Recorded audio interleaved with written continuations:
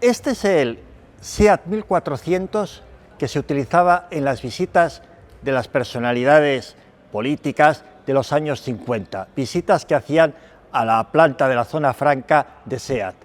Y es el principio de nuestra visita a donde se esconde el tesoro de la marca, la nave A122, que recoge todos los modelos que se han fabricado desde el año 1953 hasta hoy.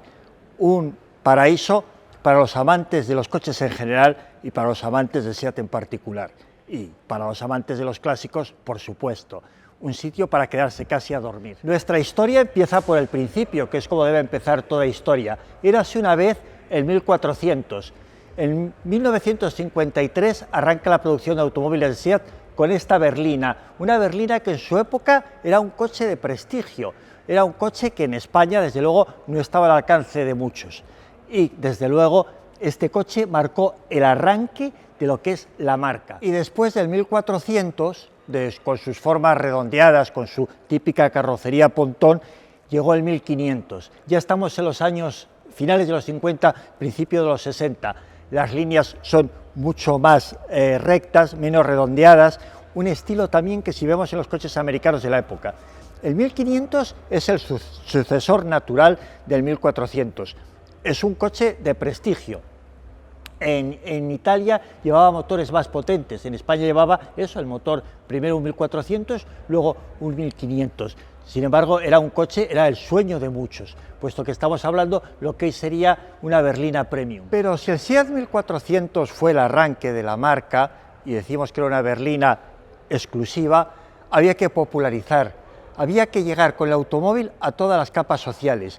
Por eso nace, en España se empieza a fabricar el 600. Este coche forma parte de la historia del país, no ya de la historia del automóvil, sino de la historia de la sociedad española, puesto que es el modelo que le puso sobre ruedas al pueblo español.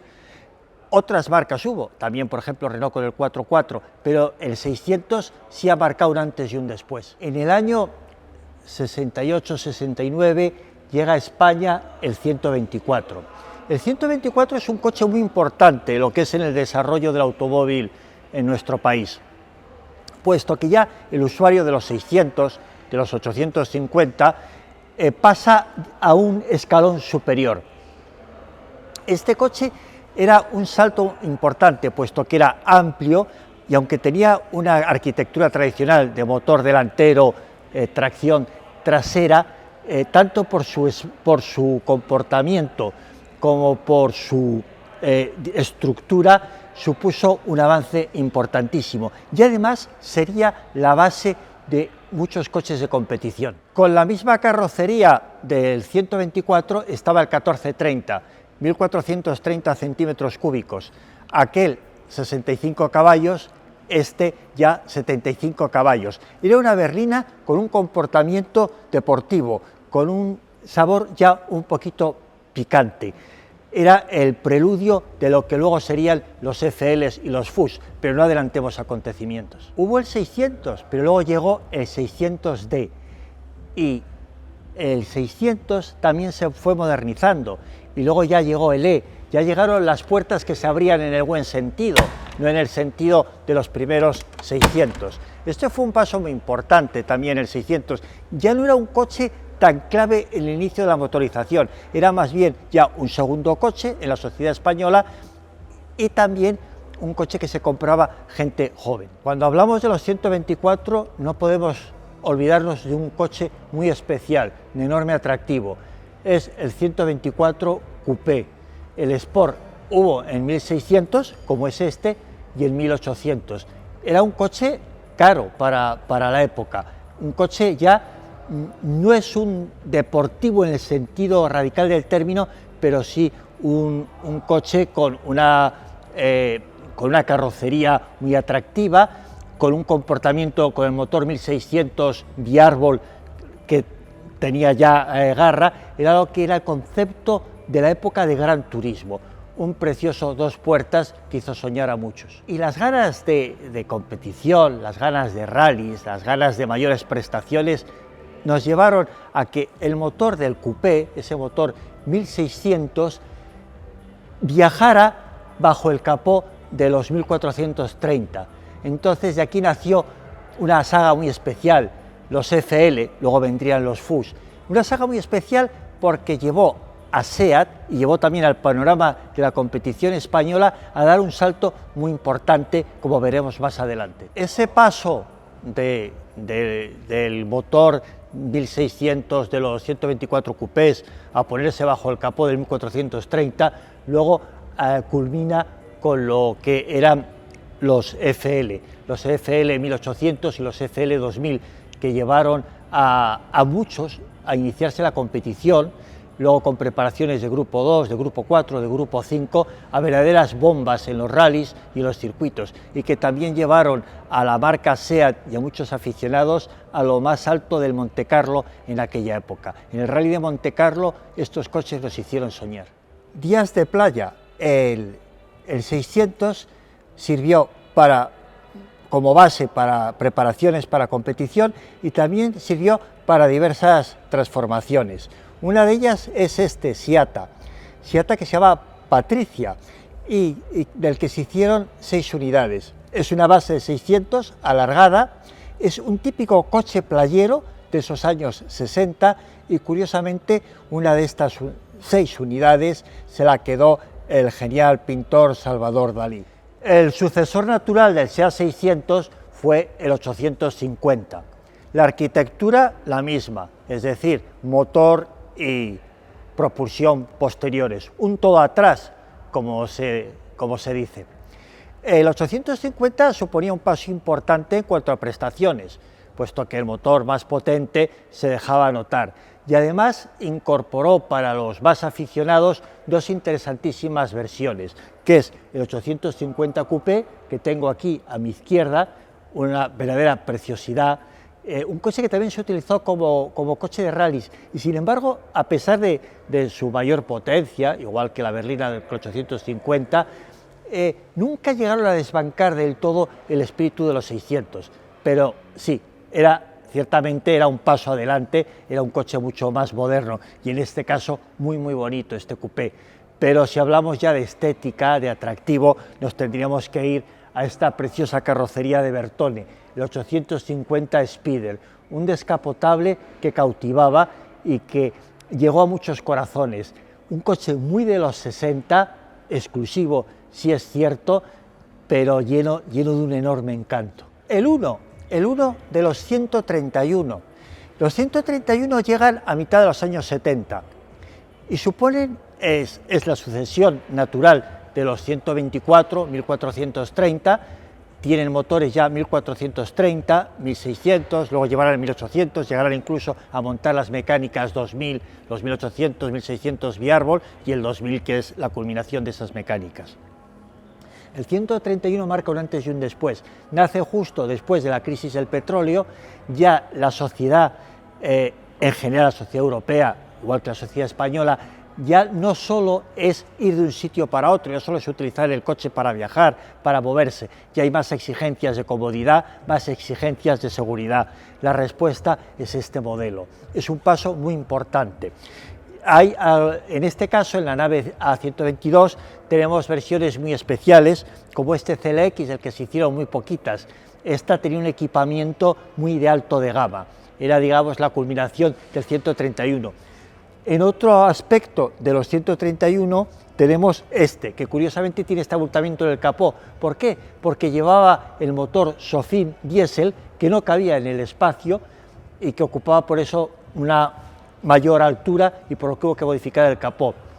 Los motores diésel ya pasan de los vehículos industriales o de los taxis a entrar en el mercado de los particulares, y el 131 fue una de las puntas de lanza de esta incorporación del diésel al uso ya no de profesionales, sino del usuario particular. Este es el 133, es sucesor del 850, conserva su arquitectura de motor y propulsión traseras.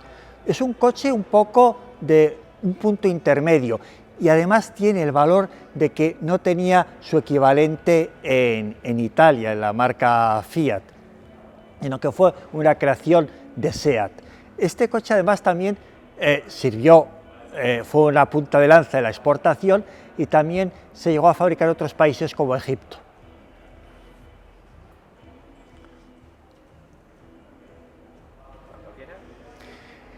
Estamos ya en la década de los 70. Hemos pasado 600, 850, 133 y el 127. Un paso más, no, un salto más. Un salto más porque es una revolución. El 127, que nace en el año 1972, ya no es un coche con el motor atrás, con la propulsión, no, es el primer SEAT de tracción delantera, es un todo delante, motor y tracción delantera. Fue un cambio radical. El espacio interior es mucho más amplio que sus antecesores, el comportamiento es totalmente distinto. Por eso decimos, no fue un cambio, no fue una evolución, fue una revolución el 127 en este segmento. Iniciamos la visita con los 1400, luego vinieron los 1500, pero en esos buques insignia de la marca no se puede olvidar el 132, estamos en los años 70, fue un coche utilizado por particulares con un poder adquisitivo medio alto, porque no era un coche nada económico en su época, era un coche de prestigio, y también fue un coche mucho utilizado por los estamentos oficiales. El 132 es un heredero directo de aquellos, de 1400, 1500, pero también supone un paso importantísimo en cuanto a motores, prestaciones, sobre todo ya confort, seguridad. Cuando toca suceder o toca tener un deportivo en la gama de SEAT, se le dio muchas vueltas. Estaba a la base del 127 y ¿por qué no? Entre estas paredes de la zona franca empezó a germinar la idea de hacer un deportivo a partir de esa base. Y así nació, y no podía llamarse de otra forma, lo que siempre hemos conocido como el Bocanegra, estos coupés 1200, 1430, que, repetimos, utilizaban la base del 127, pero luego esta carrocería de Aldo Sesano, una carrocería hecha curiosamente para un todo atrás, por eso conserva unas pequeñas tomas de aire que son falsas. Atrás, en realidad, no, esto es un coche todo delante, tracción, motor delanteros, una base de 127, pero hecha, concebida, diseñada y hecha en España. Es un coche muy apreciado de colección. Los 128 para SEAT, continuación con los Bocanegra, también en este tipo de coche como más deportivo. Este es una carrocería que lo que llaman los franceses un brick de chasse o un shotting brake los ingleses, es decir, una carrocería que mezcla un poco el concepto familiar con el coupé. SEAT también montó unos coches que no están aquí, que son los Lancia HPE, que eran este mismo concepto de carrocería.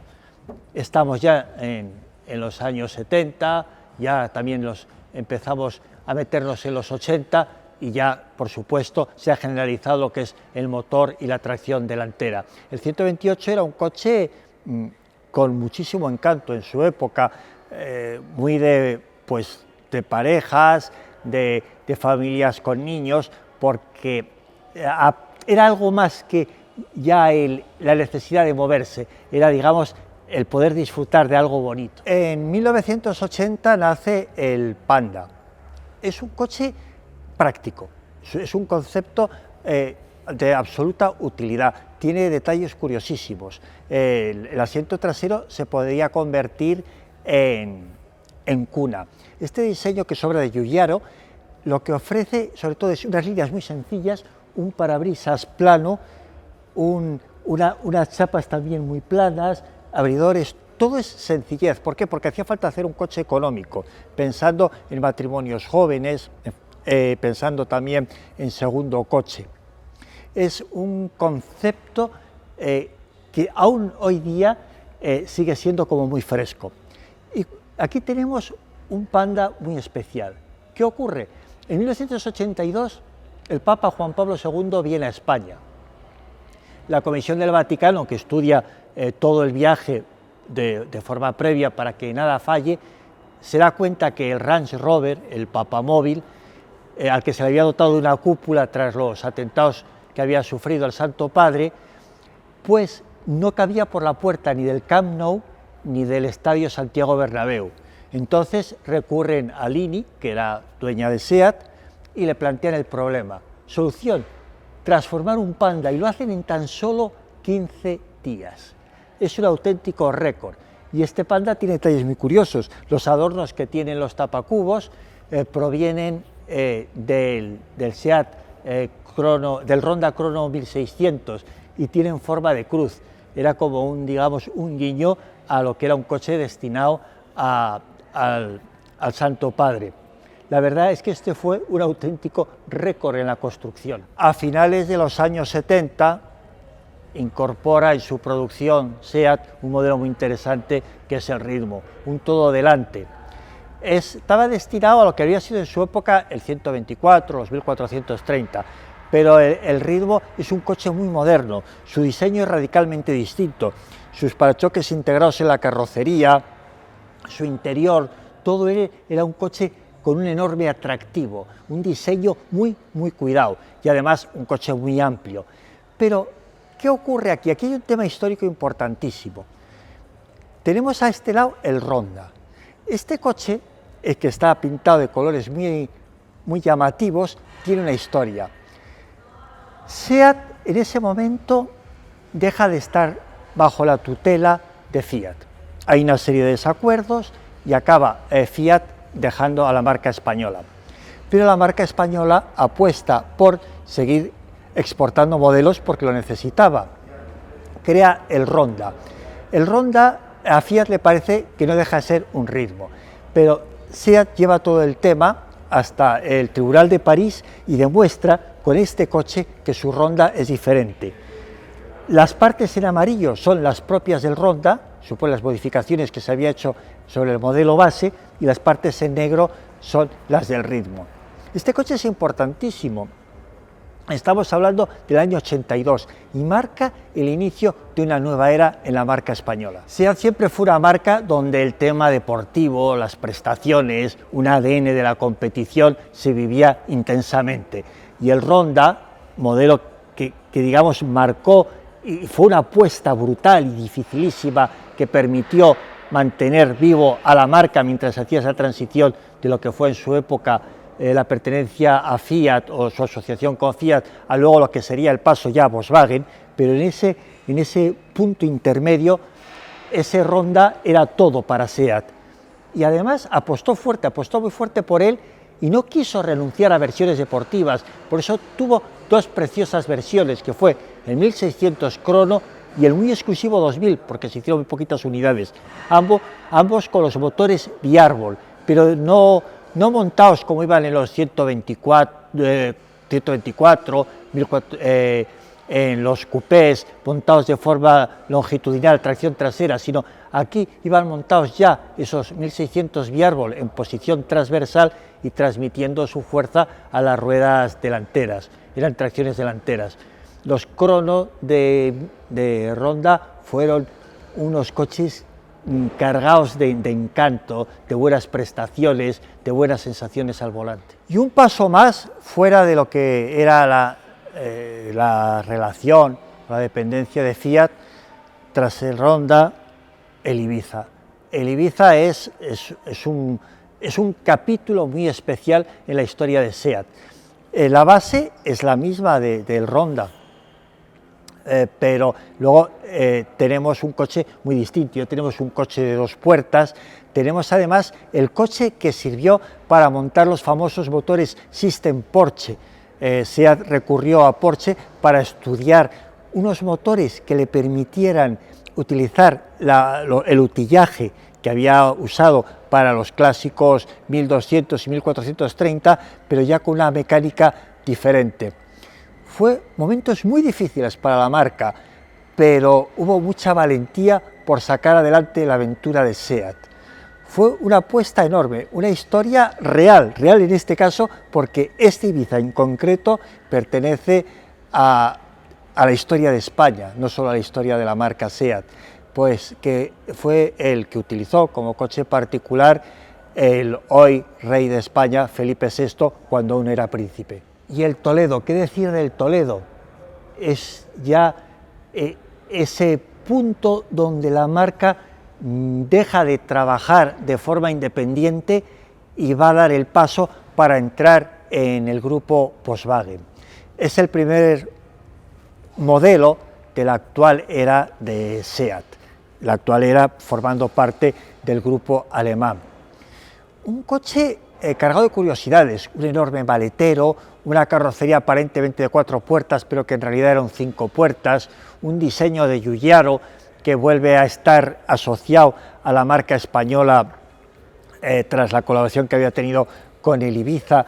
El Toledo es un coche que marca la nueva SEAT y un coche que además esto se vendió muchísimo en su época porque era un coche que, digamos, respondía muy bien a las necesidades del mercado. Cuando SEAT adopta en su nueva era, empieza a adoptar para denominar a sus modelos con nombres de ciudades españolas, tenemos el Toledo. Y a partir del Toledo, con una carrocería que modifica sobre todo su parte posterior, en la segunda generación del Toledo, tenemos al León.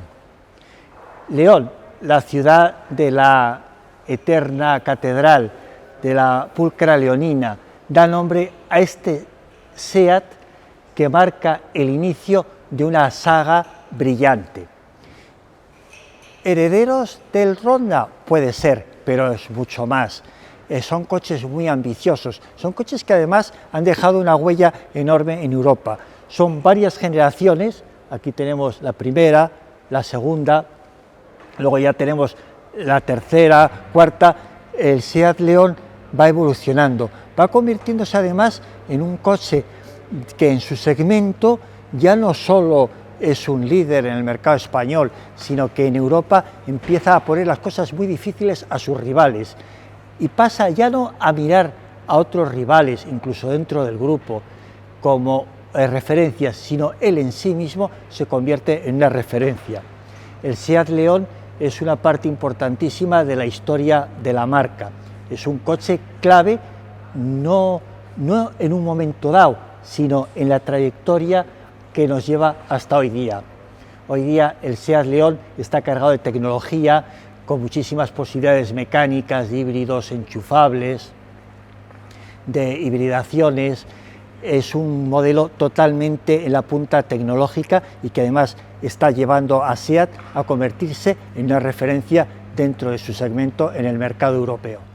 Y en nuestro paseo por la nave A122 ya entramos en otra fase, entramos en la marca ya como formando parte del grupo Volkswagen. Tenemos aquí a nuestra izquierda los Cupra. ¿Por qué Cupra? Cup Racing.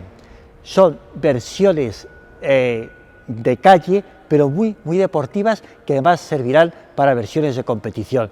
Porque tenemos que pensar que SEAT siempre ha sido una marca muy ligada a la competición, pero no además de una forma caprichosa, que podría parecer como una mero marketing o para dar una imagen que atraiga a la gente más joven. No.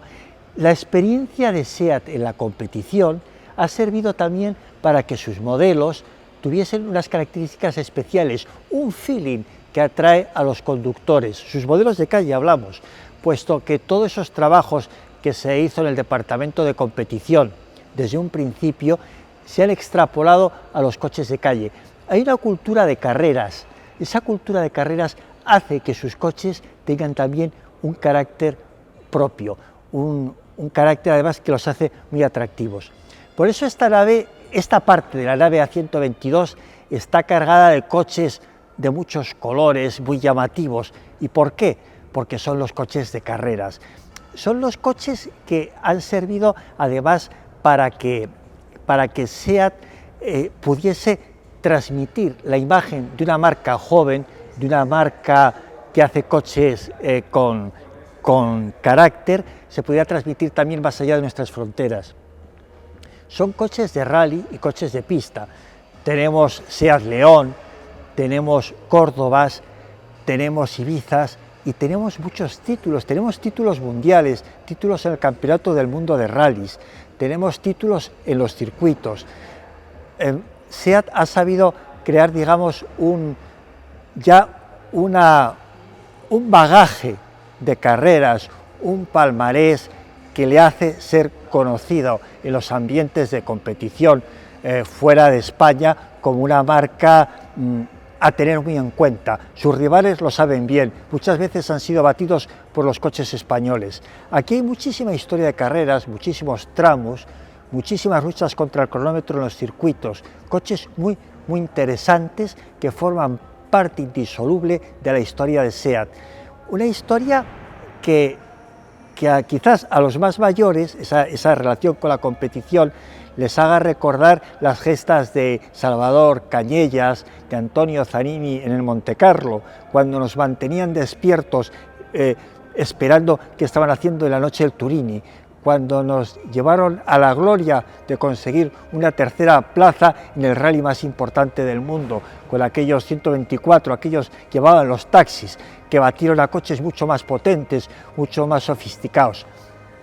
Toda esa historia luego fue evolucionando todos estos coches, que repito, los Ibiza, los Córdoba, también los Toledo que se han utilizado en Raid. SEAT siempre ha estado muy preocupada en ese capítulo de las carreras y es algo que debemos agradecer no ya solo los aficionados, sino también el conductor del día a día que se ha encontrado un coche diferente.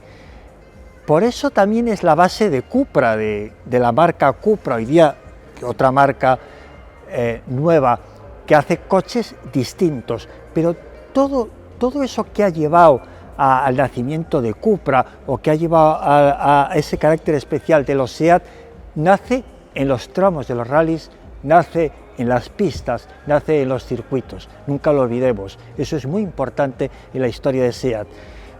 Al final o al principio, porque nos tendríamos que acercar al principio, nos encontramos coches tan cargados de historia como el Ibiza bimotor, como el Panda con el que dio sus primeros pasos en los rallies, nada menos que nuestro campeón Carlos Sainz, los 124, los taxis del Montecarlo que nos hicieron soñar con Zanini, con Cañellas, solo ver estos colores, este color ocre con ese negro, a muchos nos agita el corazón.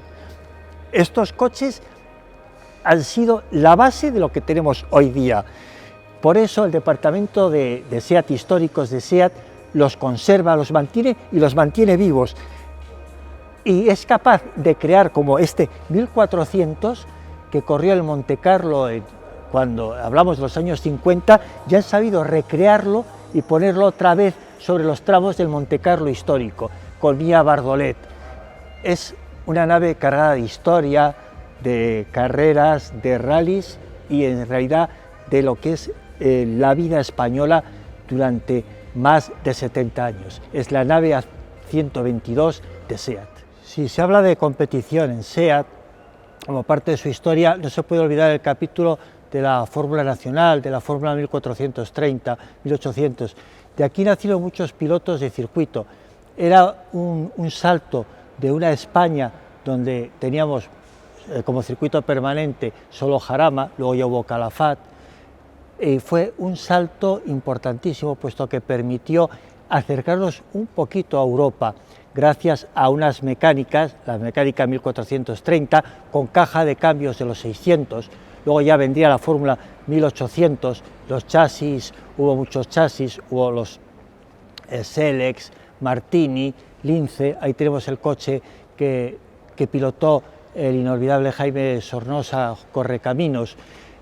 Son un aspecto clave en lo que es el nacimiento de los pilotos de circuito españoles. Es nuestro punto de despedida ya de una historia, de una marca que ha sabido asociar siempre su parte de competición y su parte de calle, no como una mero imagen de marketing, sino también como un ADN, como una forma de ser, algo que han tenido en su esencia. Hemos arrancado nuestro paseo en el SEAT 1400 que en los años 50 utilizaban las autoridades de entonces cuando se visitaba la zona franca de Barcelona. Ese 1400 que nos ha servido de hilo conductor para recorrer la historia de SEAT, recogida en la nave A122. Una historia que todavía no se ha escrito su final, siempre se está escribiendo un nuevo capítulo. El último, pues la versión 130 caballos del SEAT León con motor 1.5 de gasolina. Heredero de todos esos coches que hemos visto, heredero de tecnología, de forma de hacer las cosas, de rigor, de trabajo. Al final, los coches responden a toda una trayectoria y este SEAT León, como SEAT de verdad, responde a esa trayectoria de coche dinámico que crea buenas sensaciones al volante, que no solo sirve para desplazarse, que es algo más. Alguien que, digamos, debe reflejar una historia con muchos años, pensemos en una historia que nació en 1953, no se conforma con hacer un coche más. Por eso este SEAT León es un digno heredero de toda esa historia que hemos recorrido esta mañana.